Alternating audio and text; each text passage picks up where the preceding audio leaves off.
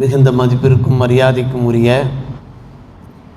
பெரியோர்களே, சகோதரர்களே, அல்லாஹ்வின் நல்லடியார்களே, புனிதமான முஹர்ரம் மாதம் முதலாம் நாள் முபாரக்கான இந்த ஜும்மா பெருநாளிலே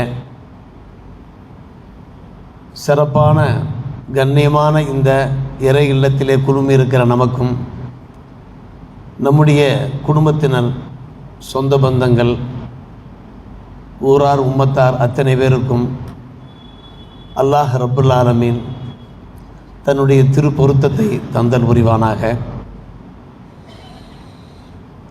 உலகிலே வாழும் காலம் நல்லவர்களாக, உண்மை முஸ்லிம்களாக வாழ்ந்து இவ்வுலகிலிருந்து விடைபெறும்போது ஈமான், சலாமத், ஆஃபியத்தோடு அல்லாஹ்வை சென்று அடைகிற அரும் பெரும் பாக்கியத்தை அல்லாஹ் நமக்கும் நம்முடைய குடும்பத்தினருக்கும் அளித்த அருள் புரிவானாக. பல்வேறுபட்ட பலா, முசீபத்துகள், துன்பங்கள், துயரங்கள், சோதனைகள், மோசமான வியாதிகள் போன்ற கஷ்ட நஷ்டங்களிலிருந்து அல்லாஹ் ரப்புல் ஆலமீன் நம்மை காத்து அருள் புரிவானாக. நம்முடைய குடும்பங்களிலே, நம்முடைய வியாபார ஸ்தலங்களிலே நிம்மதியையும் மன நிறைவான வாழ்க்கையையும் தந்தல் புரிவானாக. ஆமீன் யா ரப்பல் ஆலமீன். அருமை சகோதரர்களே, பெரியோர்களே, அல்லாஹுடைய மகத்தான பேரருள் நம்முடைய ஆயுளை அல்லாஹ் நீட்டித்து தந்திருக்கிறான். அல்லாஹுக்கு 1000 கோடி நன்றி செலுத்தினாலும் நன்றியாக ஆகாது. காலமெல்லாம் நாம் அல்லாஹ் நமக்கு அளித்திருக்கிற அந்த அருட்கொடைகளை எண்ணி பார்த்து மேலும் மேலும் நன்றி செலுத்தியவாறு இருக்க வேண்டும்.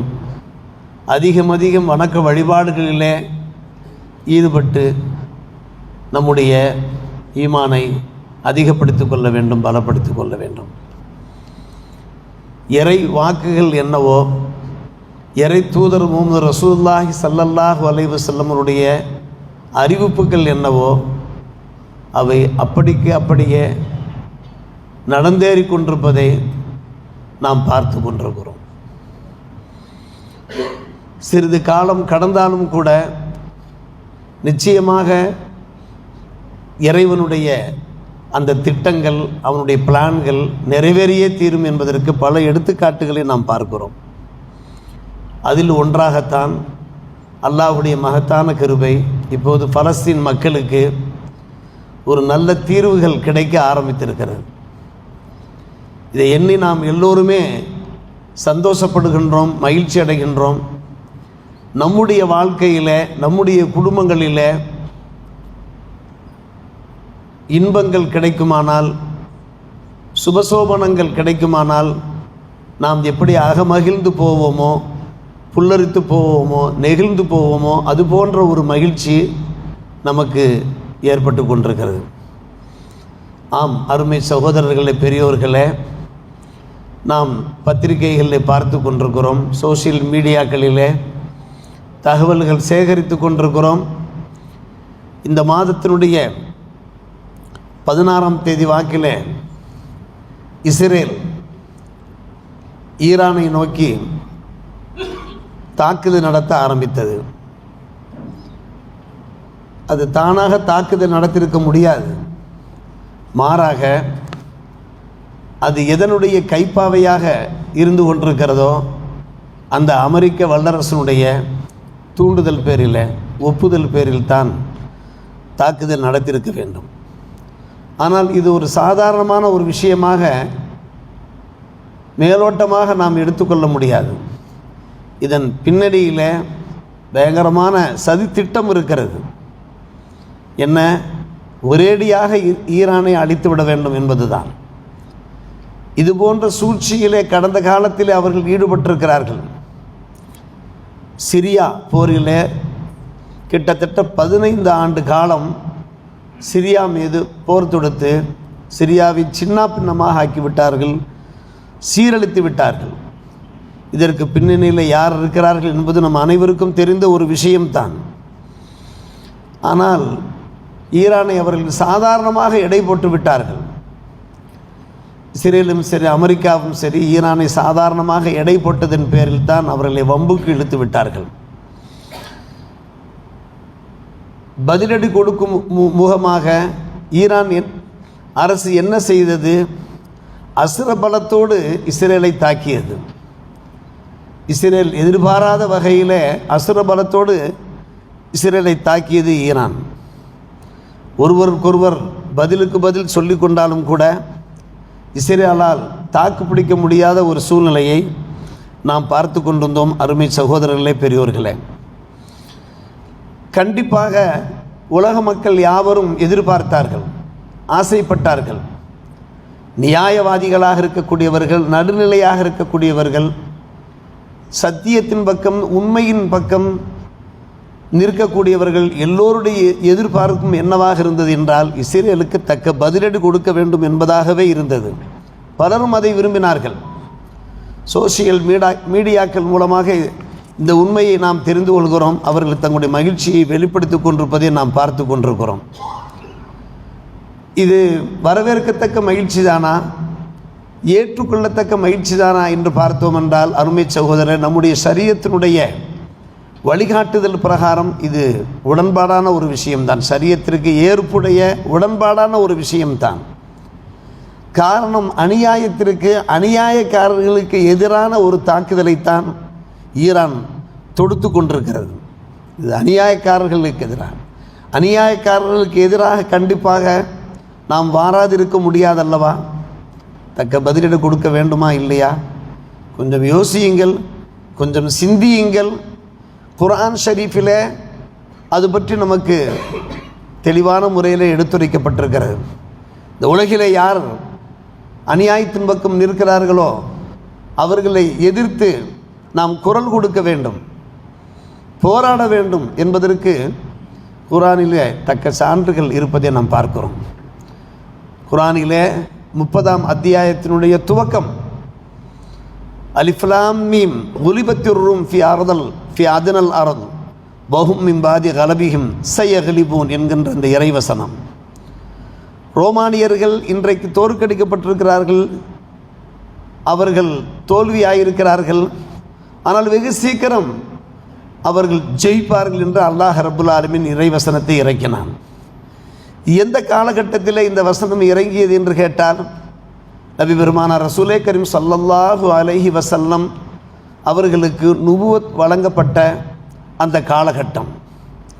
அந்த காலகட்டத்தில் ரோமானிய பேரரசு, பாரசீக பேரரசு உலகத்திலே பிரபல்யமாக இருந்தன. பாரசீக பேரரசு இருக்கிறத ரோமானிய பேரரசோடு போர் தொடுத்தார்கள், தாக்குதல் தொடுத்தார்கள். அதன் விளைவாக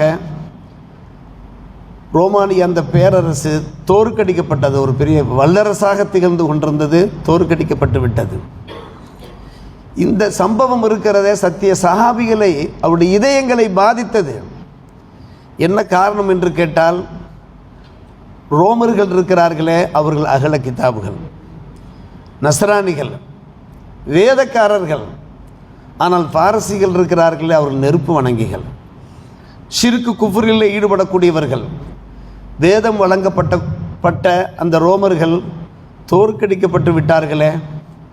காரணம், அந்த வேதத்தை தந்தவன் ஏக இறைவன் தானே, படைத்த ரப்புல் ஆலமீன் தானே என்கின்ற ஒரு சங்கடம் சத்திய சஹாபிகளுக்கு ஏற்பட்டதன் காரணமாக மிக வருந்தினார்கள், ஆழ்ந்த துக்கத்தில் இருந்தார்கள். அந்த சமயத்தில் தான் வல்ல அல்லாஹ் என்ன செய்கிறான், இந்த வசனத்தை இறக்கி வைக்கிறான். ஆம், இப்போது அவர்கள் ரோமர்கள் தோற்கடிக்கப்பட்டிருக்கிறார்கள், ஆனால் வெகு சீக்கிரம் அவர்கள் ஜெயிப்பார்கள். கிழக்கு ரோமானியர்கள், அவர்களை பற்றி அன்றைய காலகட்டத்திலே பைசாந்தியர் என்று சொல்வார்கள். மாபெரும் வல்லரசை நிறுவியவர்கள் அவர்கள். கண்டிப்பாக ஒரு நேரம் வரும், பாரசீகர்களோடு அவர்கள் எதிர்த்து போராடுவார்கள், பதிலீடு கொடுப்பார்கள், அப்போது நிச்சயமாக ஜெயிப்பார்கள் என்பதை அல்லாஹ் ரப்புல் ஆலமீன் ஃபி பில்இ சினீன் என்கிற அந்த வார்த்தையை பயன்படுத்தி சொன்னான். அபூபக்கர் சித்திக் ரலியல்லாஹு அன்ஹு அவர்கள் அகமகிழ்ந்து போனார்கள். இந்த வசனம் இறங்கிய மாத்திரத்தில் புனித மக்காவிலே அந்த வசனத்தை ஓதியவாறு வெளியே வந்தார்கள். மக்கா மக்கள் கவனித்தார்கள், ஆச்சரியப்பட்டார்கள். என்னையாது, எந்த காலத்தில் ரோமானியர்கள் பாரசீகர்களை ஜெயிப்பது, அது ஒரு காலம் நடக்காது என்று அவர்கள் எகத்தாளமாக பேசினார்கள். அருமை சகோதரர்களே, பெரியோர்களே, ஆனால் அல்லாஹ் ரப்புல் ஆலமீன் ஃபி பில்இ சினீன் என்று கூறினான். அரபி வார்த்தையிலே பிலா என்கிற வார்த்தை எதற்கு பயன்படுத்துவார்கள் என்றால் 3 to 9 வரை, 3 ஆண்டிலிருந்து 9ஆம் ஆண்டு வரை. அபூபக்கர் சித்திக் ரலியல்லாஹு அன்ஹு அவர்களுக்கு சொன்னார்கள், இந்த 9 ஆண்டுக்குள் இது நடக்கிறதா இல்லையா பாருங்கள் என்று கேட்டார்கள் அபூபக்கர் சித்திக் ரலியல்லாஹு அன்ஹு அவர்கள். அந்த காலகட்டத்திலே பந்தயம் வைத்தார்கள். பந்தயம் தடுக்கப்படுவதற்கு முன்னாலே ஒட்டகைகளை பந்தயம் வைத்தார்கள். அதே போன்று அருமை சகோதரர்களே, பெரியோர்களே, ஒரு காலகட்டம் வந்தது. இந்த வசனம் அப்படியே மெய்யாகிவிட்டது, உண்மையாக ஆகிவிட்டது. 7 ஆண்டுகள் கடந்தோடின. இந்த வசனம் இறங்கிய 7 ஆண்டுகள் கடந்தோடிய அந்த சந்தர்ப்பத்தில் மறுபடியும் ரோமர்களுக்கும் பாரசீகர்களுக்கும் மத்தியிலே யுத்தம் உண்டது. அல்லாஹுடைய வசனம் அப்படியே அற்புதமான முறையில், நிதர்சனமான முறையில் நடந்தேறிவிட்டது. ரோமர்கள் பாரசீகர்களை ஜெயித்து விட்டார்கள். வஹும் மின் பாதி கலபியும் சையகலிபூன். இன்றைக்கு ரோமர்கள் தோற்கடிக்கப்பட்டிருக்கிறார்கள். சையகலிபூன், பின்னால் அவர்கள் ஜெயிப்பார்கள் என்று அல்லாஹ் ரப்புல் ஆலமீன் எந்த நேரத்தில் வசனத்தை இறக்கி வைத்தானோ அந்த பில்இ சினீன் என்கின்ற அந்த வார்த்தைக்கு ஏற்ப சற்றேறக்குறைய 7 ஆண்டுகளிலேயே ரோமர்கள் ஜெயித்து விட்டார்கள். அருமை சகோதரர்களே, பெரியோர்களே, இன்றைக்கு அதான் நடைபெற்று கொண்டிருக்கிறது. நாம் காத்திருந்தோம், நிச்சயமாக பலஸ்தீன் மக்கள் அல்லாஹ் இருப்பான். உலகமே எதிர்பார்த்திருந்தது, உலகமே பிரார்த்தனை செய்து கொண்டிருந்தார்கள். அங்கே இருக்கக்கூடிய மக்கள் கொல்லப்பட்ட போது, வஞ்சிக்கப்பட்ட போது எதிர்பார்த்தார்கள், துவா செய்தவாறு இருந்தார்கள். அந்த நாட்டு மக்கள் மட்டும் ஏக இறைவனிடத்தில் இறைஞ்சவில்லை, உலக மக்கள் யாவரும் இறைஞ்சினார்கள். அதனுடைய அந்த பலன் இப்போது வெளிப்பட்டு கொண்டிருப்பதை நாம் பார்க்கிறோம். இஸ்ரேல் நினைக்கிறது நாம் தான் மகா வல்லவன் என்று நினைக்கிறது. அமெரிக்கா நினைக்கிறது நான் தான் மகா வல்லவன் என்று. ஆனால் குர்ஆனிலே அல்லாஹ் ரப்புல் ஆலமீன் கூறுவது என்ன? ஃபௌக தி குல்லி இல்மின் அலீம். வல்லவனுக்கு மேல் வல்லவன் உண்டு என்று அல்லாஹ் தன்னுடைய திருமறையிலே கூறியிருக்கிறான். இவர் நினைத்து கொண்டிருக்கிறார்கள். அருமை சகோதரர்களே, பெரியோர்களே, நாம் பார்த்திருக்கிறோம், எத்தனையோ நாடுகளிலே பார்த்திருக்கிறோம். ஆட்சி கட்டிலே அமர்ந்ததற்கு பின்னாலே இனிமேல் யாரும் எங்களை வெல்ல முடியாது, ஜெயிக்க முடியாது, இனி பன்னெடும் காலம் நாங்கள் தான் ஆட்சியில் அமர்ந்திருப்போம் என்று சொல்லிக்கொண்டு அவர்கள் ஆட்சி பீடத்தில் அமர்வார்கள். ஆனால் ஒரு சில ஆண்டுகளில் அடுத்தடுத்த தேர்தல்களில் தோற்று போயிருப்பதை நாம் பார்த்திருக்கிறோமா இல்லையா? இதே போன்றுதான் அவர்கள் மனப்பால் குடித்தார்கள். Israel மனப்பால் குடித்தது, America மனப்பால் குடித்தது. இன்றைக்கு அல்லாஹ் ரப்புல் ஆலமீன் நல்ல அடியை கொடுத்திருக்கிறான். காரணம், இஸ்ரேல் இருக்கிறதே அது அமெரிக்காவினுடைய கட்டுப்பாட்டில் இருக்கிறது. அமெரிக்காவினுடைய கட்டுப்பாட்டில் இருக்கிறது. இன்றைக்கு ஈரானுடைய கட்டுப்பாட்டில் இஸ்ரேல் வந்திருக்கிறது. இஸ்ரேல் இன்றைக்கு என்ன அறிவிப்பு கொடுத்திருக்கிறது என்று கேட்டால், இஸ்ரேலுடைய அந்த வான்வெளி இருக்கிறதே அது எங்களுடைய கட்டுப்பாட்டில் இருக்கிறது என்று ஈரான் அறிவிப்பு செய்கின்ற அளவுக்கு நிலைமையை நாம் பார்த்திருக்கிறோம். இதன் மூலமாக நமக்கு கிடைக்கிற படிப்பினை என்ன? யாரும் யாரையும் வஞ்சிக்கக்கூடாது, யாரும் யாருக்கும் அநீதம் இழைக்கக்கூடாது. அதை அல்லாஹ் ஒருபோதும் பார்த்து கொண்டிருக்க மாட்டான். இப்னு அப்பாஸ் ரலியல்லாஹு அன்ஹுமா அவர்கள் அறிவிக்கின்ற ஒரு அற்புதமான ஒரு ஹதீஸ்.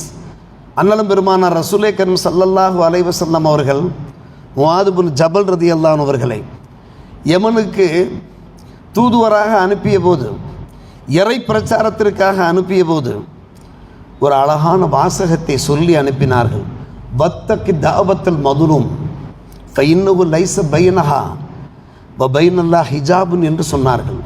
அநீதம் இழைக்கப்பட்டவருடைய பத்துவாவை நீங்கள் பயந்து கொள்ளுங்கள். எல்லோரும் கேட்க வேண்டிய ஒரு அற்புதமான ஹதீஸ். அவருடைய பத்துவா சாதாரணமாக இருக்காது.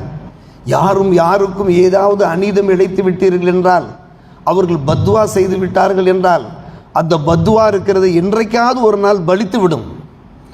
காரணம், பெருமானார் ரசூலே கரீம் ஸல்லல்லாஹு அலைஹி அவர்கள் எடுத்துரைக்கிறார்கள், அந்த பத்துவாவுக்கும் அல்லாஹுக்கும் இடையில எந்த ஒரு திரையும் இருக்காது என்று சொல்கிறார்கள். அது நேராக சென்று எங்கே அடைகிறது?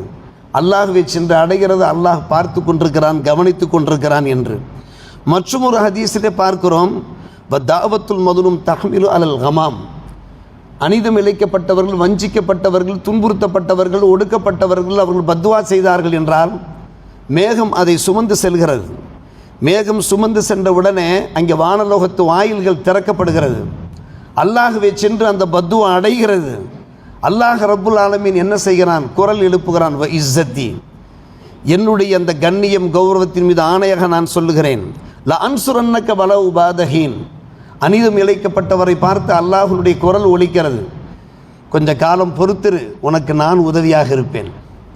வலவு பாதஹீன், இன்றைக்கு கொஞ்ச காலம் பொறுத்திருந்தோம், அல்லாஹ்வுடைய உதவி கிடைத்திருக்கிறதா என்பதை பாருங்கள். இதெல்லாம் எதை நமக்கு அறிவுறுத்துகிறது என்பதை கொஞ்சம் யோசித்து பாருங்கள் அருமை சகோதரர்களே, பெரியோர்களே. சாதாரணமான ஒரு விஷயம் அல்ல.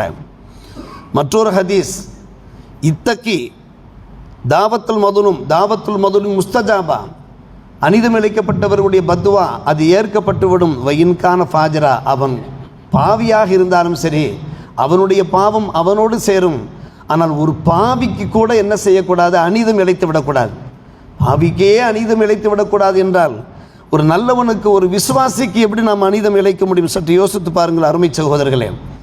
இஸ்ரேலுடைய அந்த கோர தாண்டவத்திற்கு, அந்த ருத்ர தாண்டவத்திற்கு ஒரு வரம்பே இருக்கவில்லை. வரம்பு மீறி அவர்கள் செயல்பட்டார்கள்.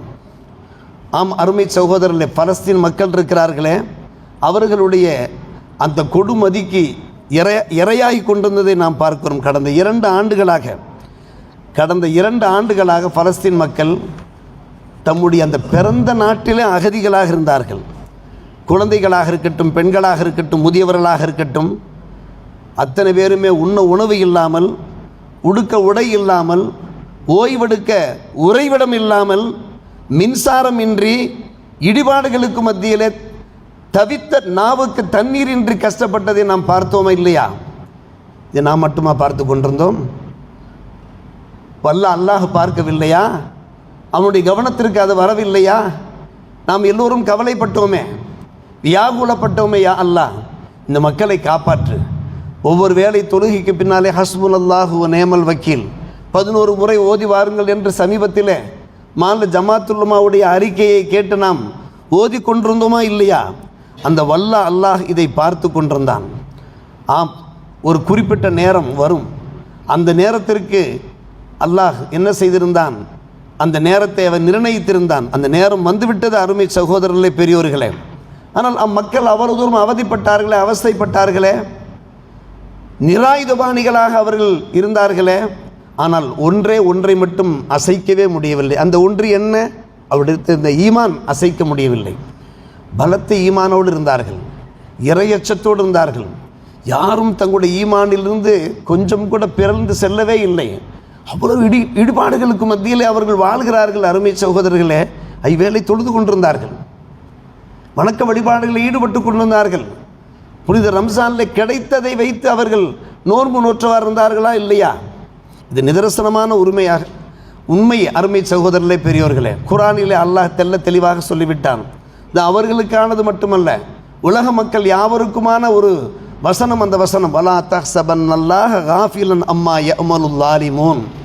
அநியாயக்காரர்கள் செய்கின்ற அந்த செயல்பாடுகள் விஷயத்திலே அல்லாஹ் பராமுகமாக இருக்கிறான் என்று மட்டும் நீங்கள் எண்ணிக்கொள்ளாதீர்கள். வலா தஹ்சபன்னல்லாஹ காஃபிலன் அம்மா யஅமலுல் ஸாலிமூன் இன்னமா யுஅக்கிருஹும் லியௌமின் தஷ்ஹஸு ஃபீஹில் அப்சார். ஒரு நாளுக்காக அல்லாஹ் காலம் தாழ்த்தி கொண்டிருக்கிறான். அந்த நாள் வந்து விட்டால் பார்வைகள்லாம் நிலைகுத்தி நிற்குமே. அந்த நாளுக்காக இப்போது பார்வைகள்லாம் நிலைகுத்தி நிற்கிறது.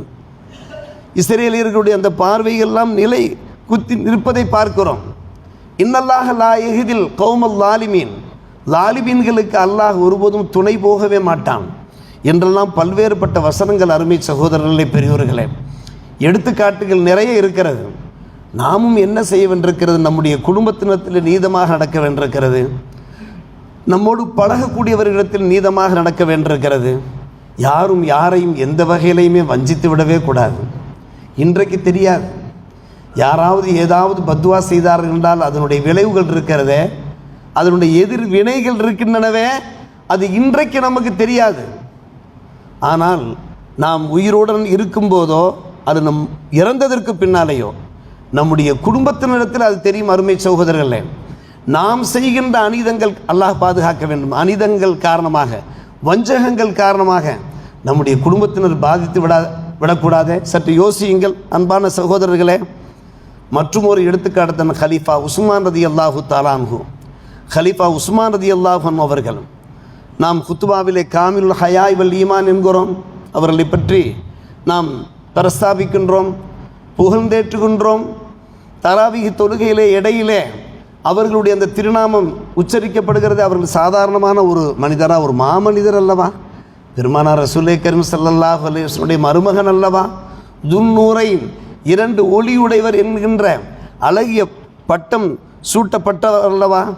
ஆனால் அருமை சகோதரர்களே, நல்லவர்களுக்கு ஏற்பட்ட ஒரு சோதனை, வல்லவர்களுக்கு ஏற்பட்ட அந்த சோதனை யாரையும் தாக்கியது? உஸ்மான் இப்னு அஃபான் ரலியல்லாஹு அன்ஹு அவர்களையும் தாக்கியது. ஆம், அவருடைய ஹிலாஃபத், ஷரியத் சட்டதிட்டங்களை நல்ல முறையிலே அவர்கள் நடைமுறைப்படுத்தி கொண்டிருந்தார்கள். கலகக்காரர்கள் என்ன செய்கிறார்கள்? அந்த ஷரியத்து சட்டங்களுக்கு எதிராக அவர்கள் புரட்சி கொடியை தூக்குகிறார்கள், கொல்லுவதற்கு முயற்சிக்கிறார்கள். வீட்டு காவலிலே, அரபியிலே சொல்லுவார்கள், வீட்டு காவலிலே வைக்கப்பட்டவருக்கு மஹ்சூர் என்பார்கள். ஹஸ்ர் செய்யப்பட்டவர் மஹ்பூஸ் என்று சொல்வார்கள். வீட்டு காவலிலே வைக்கப்பட்டு அவர்களை உண்ண விடாமல், நிம்மதியாக உறங்க விடாமல், தண்ணீர் குடிக்க விடாமல் அவர்களை வீட்டு சிறையிலே வைக்கிறார்கள்.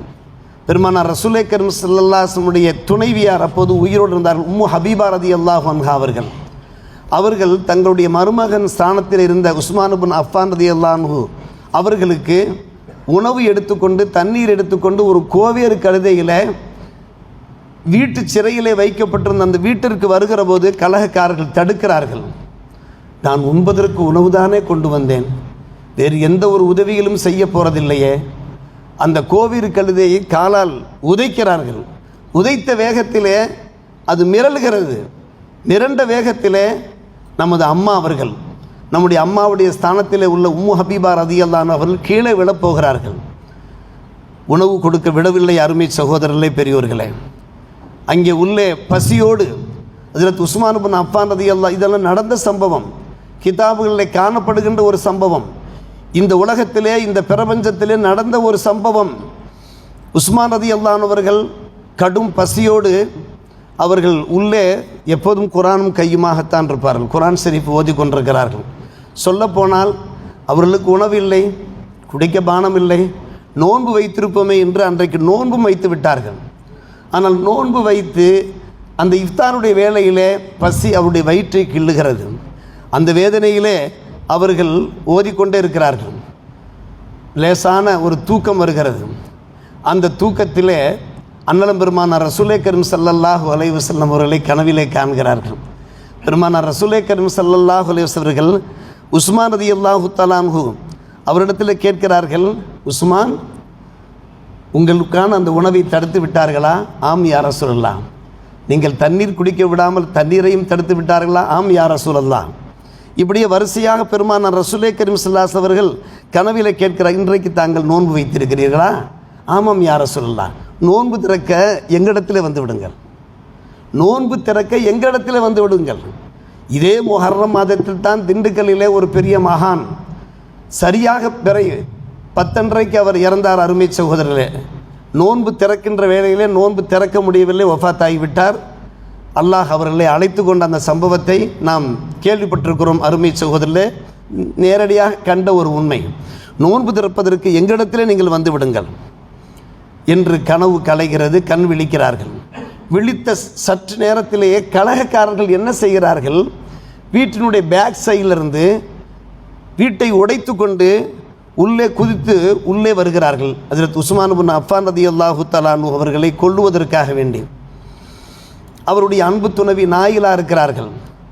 அவர்கள் உண்பதற்காக வேண்டி ஏதாவது முயற்சி எடுப்போமே என்று சொல்லும்போது, நினைக்கின்ற போது, கொல்ல வருகின்ற அவர்களை தடுக்கின்ற போது அவருடைய கைகளை, விரல்களை வெட்டுகிறார்கள். இரத்தம் வெளியே பீரிட்டு அடிக்கிறது. பின்பு அவர்களில் ஒரு கலகக்காரன் ஹாஃபிக் பின் ஹர்ப் என்கின்ற ஒருவன் உஸ்மான் இப்னு அஃபான் ரலியல்லாஹு அன்ஹுடைய அந்த தோல் புஜத்திலே தம்முடைய குருவானால் வேகமாக குத்துகிறான். குத்திய வேகத்திலே அருமை சகோதரர்களே அதிலிருந்து குருதி பீரிட்டு வெளியே வருகிறது. வெளியே வந்து அவர்களை எட்டி உதைக்கவும் செய்தான். உதைத்த வேகத்தில் அவர்களும் விழுகிறார்கள். அவர்கள் ஓதி அந்த அருள்மறை திருமறை அதுவும் ஒரு பக்கமாக சென்று விழுந்து அது திறந்த நிலையிலே இருக்கிறது. அவர்கள் எந்த வசனத்தை ஓதினார்களோ அந்த வசனம் அது அப்படியே காரணம் அவர்கள் தான் ஜாமியுல் குர்ஆன். அந்த குர்ஆனை இந்த சமுதாயத்திற்கு, இந்த ஒட்டுமொத்த சமுதாயத்திற்கு திரட்டி தந்தவர்கள் அவர்கள்தான். அதாவது குர்ஆனுடைய வசனங்கள் அங்கொன்றும் இங்கொன்றுமாக மரப்பட்டைகளிலேயும் தோல் துண்டுகளிலேயும் பதிக்கப்பட்டிருந்த ஒன்றை அவர்கள் எல்லாவற்றையும் தொகுத்து ஜாமியுல் குர்ஆனாக இருந்து நம்முடைய கரங்களிலே கொண்டு வந்து சேர்த்தவர்கள் அதற்கு உஸ்மான் இப்னு அஃபான் ரலியல்லாஹு அன்ஹு அவர்கள் அந்த ஓதிய வசனம் அப்படியே இருக்கிறது. அவர்கள் அந்த குர்ஆனால் குத்தப்பட்டு இரத்தம் தெரித்து எந்த வசனத்திலே சென்று விழுகிறது என்றால் ஃபஸயக்ஃபீகுமுல்லாஹு வஹுவ ஸமீஉல் அலீம்.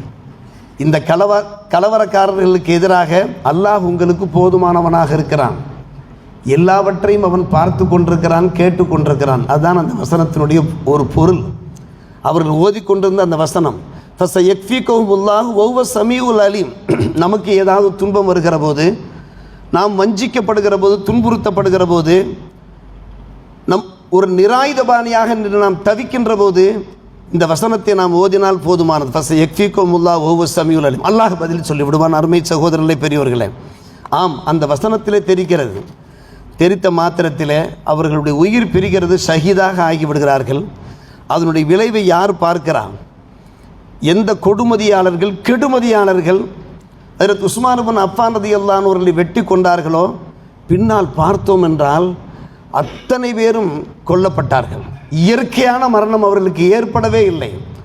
அநியாயமாக வாளெடுத்தவன் வாளால் சாவான் என்று சொல்வார்கள் அல்லவா, அதே போன்று அநியாயமாக பலர் அவர்களை வெட்டி கொன்ற அந்த நிகழ்ச்சியும் வரலாற்று ஏடுகளில் பதிக்கப்பட்டிருப்பதை நாம் பார்க்கிறோமே. இன்றைக்கு அதுதான் நடைபெற்று கொண்டிருக்கிறது. அருமை சகோதரர்களே, பெரியோர்களே, எந்த இஸ்ரேல் பலஸ்தீன் மக்களை இவ்வளவு தூரம் துன்புறுத்தினார்களோ அந்த இஸ்ரேல் இன்றைக்கு கதறி கொண்டிருக்கிற அந்த காட்சியை நாம் பார்த்து கொண்டிருக்கிறோமே. உஸ்மான் ரலியல்லாஹு தஆலா அன்ஹு அவர்களுடைய அந்த இறைமறை இருக்கிறதே, இன்றைக்கும் கூட காலத்தின் சாட்சியாக, அன்று காலத்தில் நடைபெற்ற அந்த உண்மை சம்பவத்திற்கு சாட்சியாக இஸ்தாம்பூலில் இருக்கக்கூடிய அருங்காட்சியத்தில் அதே இறைமறையினுடைய பிரதி, அந்த இரத்தம் தோய்ந்த அந்த சின்னத்தோடு இன்றைக்கும் பாதுகாப்பாக வைக்கப்பட்டிருக்கிறது. இந்த சம்பவத்தை அந்த பிரதி நமக்கு ஞாபகப்படுத்தி கொண்டே இருக்கிறது. இது போன்றுதான் எதிர்காலம் ஞாபகப்படுத்தும். யார் அநியாயக்காரர்கள் இருக்கிறார்களோ அவர்கள் நிச்சயமாக தோல்வி அடைவார்கள், அவர்கள் தக்க பதிலடி கொடுக்கப்படுவார்கள் என்பதற்கு எதிர்காலம் ஒரு சாட்சியாக இருக்கும். அருமை சகோதரர்களே, பெரியோர்களே, என்ன காரணம்? நாம் அறியாத ஒரு விஷயம் அல்ல. இதோ நிறைவுக்கு நாம் வருகிறோம். ஆம், பலஸ்தீன் மக்களை அவ்வாறு அவர்கள் கொடூரமாக அநியாயமான முறையிலே அந்த மக்களை துன்புறுத்தினார்கள். பச்சிளம் குழந்தைகளாக இருக்கட்டும், சிறுவர்களாக இருக்கட்டும், இளைஞர்களாக இருக்கட்டும், கர்ப்பிணி பெண்களாக இருக்கட்டும், முதியோர்களாக இருக்கட்டும், எத்தனை மக்களை அவர்கள் கொன்று குவித்தார்கள். சற்று யோசித்து பாருங்கள். எத்தனை பேரை ஊனமாக ஆக்கிவிட்டார்கள். அஸ்தக்ஃபிருல்லாஹ் ரப்பல் அலீம். எத்தனை பேரை ஊனமாக ஆக்கிவிட்டார்கள். பிள்ளைகள் உணவுக்காக வேண்டி அகதிகள் முகாமுகளிலே தட்டைகளை ஏந்தி கொண்டு ஒரு பிடி உணவுக்காக ஏந்தி நிற்கிற அந்த நிலைமையிலே கூட அவர்கள் குண்டு மழை பொழிந்து அந்த பிள்ளைகளை கொண்டார்களே. அருமை சகோதரர்களே, பெரியோர்களே, அங்கே இருக்கக்கூடிய அந்த மருத்துவமனைகள், பள்ளிக்கூடங்கள், கல்லூரிகள், வீடுகள், வியாபார நிறுவனங்கள் எல்லாவற்றையும் தரைமட்டமாக ஆக்கினார்களே. சற்று யோசித்து நிர்மூலமாக ஆக்கினார்களே. இதனுடைய விளைவுதான் இன்றைக்கு அருமை சகோதரர்களே, பெரியோர்களே, குர்ஆனிலே கண்டுள்ள அந்த வசனங்கள் பிரகாரம், எம்பெருமானார் ரசூலே கரீம் ஸல்லல்லாஹு அலைஹி வஸல்லம் அவருடைய அந்த முன்னறிவிப்புகள் பிரகாரம் நடைபெற்று கொண்டிருக்கிறது. வ இன்னல்லாஹ லா யுஅய்யிது ஹாத தீன பிர்ரஜுலில் ஃபாஜிர். யார் மூலமாக வேண்டுமானாலும் அல்லாஹ் ரப்புல் ஆலமீன் இந்த தீனுக்கு தக்க பலத்தை ஏற்படுத்துவான் என்று பெருமானார் ரசூலே கரீம் ஸல்லல்லாஹு அலைஹி வஸல்லம் அவர்கள் எடுத்துரைத்தார்களே. ஈரான் மக்கள் அவர்கள் கொள்கைகளை வேறுபாடாக இருந்தாலும் கூட சத்தியத்தின் பக்கம் நிற்கிறார்கள், நியாயத்தின் பக்கம் நிற்கிறார்கள். எனவே தான் உலகமே இன்றைக்கு அதை வரவேற்று கொண்டிருக்கிறது, அவரிடத்திலும் ஈமான் இருக்கிறது, உலகமே வரவேற்கிறது. சோசியல் மீடியாக்களை நாம் பார்க்கிறோம். இது போன்ற இந்த ஒரு காலகட்டத்தை தான் உலக மக்கள் யாவரும் எதிர்பார்த்திருந்தார்கள். இப்போது நாம் செய்ய வேண்டிய துவாக்கள் என்னவென்று கேட்டால், யா அல்லாஹ், இந்த காசா மக்களுக்கு நீ ஒரு நல்ல விடுவை தந்து, நிரந்தரமான விடுவை தந்தருள் புரியும். அதே போன்று அவர்களுடைய இந்த போர் பாதையில் அவர்களுக்கு முழுமையான வெற்றியை தந்தருள் என்று கேட்க வேண்டிய ஒரு அவசியம் இருக்கிறது. அவர்கள் கடந்த காலத்தில் எப்படி ஒரு நிம்மதியாக மன நிறைவோடு வாழ்ந்தார்களோ அது போன்ற ஒரு வாழ்க்கை அமைய வேண்டும். இதில் கிடைக்கின்ற அந்த படிப்பினைகளை நாமும் நம்முடைய உள்ளத்திலே உள்வாங்கி நாம் மிகவும் கவனமாக எச்சரிக்கையாக இருக்க வேண்டும். நம்முடைய வாழ்நாளிலே நம் மூலமாக யாருக்கும் எந்த ஒரு துன்பங்களும் துயரங்களும் வஞ்சனைகளும் ஏற்பட்டு விடாமல் நாம் நம்மை ஒரு சுய கட்டுப்பாடோடு வைத்து கொள்ள வேண்டும் என்கின்ற அந்த நல்ல அறிவுரைகள் நாம் வாழ்க்கையில் கடைபிடிப்போம். அல்லாஹ் நல்ல புரிவானாக. வாஹிர் தாவான் அல்ஹம்துலில்லாஹி ரப்பில் ஆலமீன். சுன்னத்துல்